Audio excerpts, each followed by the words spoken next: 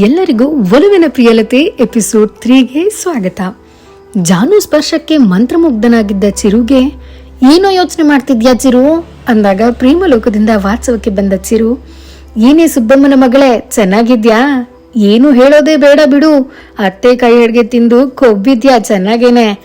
ನೋಡಮ್ಮ ನಿನ್ನೆ ಸುಬ್ಬಮ್ಮ ಅಂತ ಹೆಸರಿಡ್ ಕರೀತಾ ಇದ್ದಾನೆ ಅಂದಾಗ ಎಲ್ಲರೂ ನಕ್ಕು, ತುಂಟು ಮಕ್ಳ, ನಿಮ್ಮ ತರ್ಲೆ ಬುದ್ಧಿನ ಎಷ್ಟೇ ದೊಡ್ಡವರಾದ್ರೂ ಬಿಟ್ಟಿಲ್ಲ ಅಂದು ಸುಬ್ಬಮ್ಮ, ನೀನ್ ಬಾ ಅಣ್ಣ ಮನೆ ನೋಡುವಂತೆ ಅಂದು ಅವರ ಅತ್ತಿಗೆ ಕೈ ಹಿಡಿದು ಮುಂದೆ ಸರಿಯುತ್ತಾರೆ.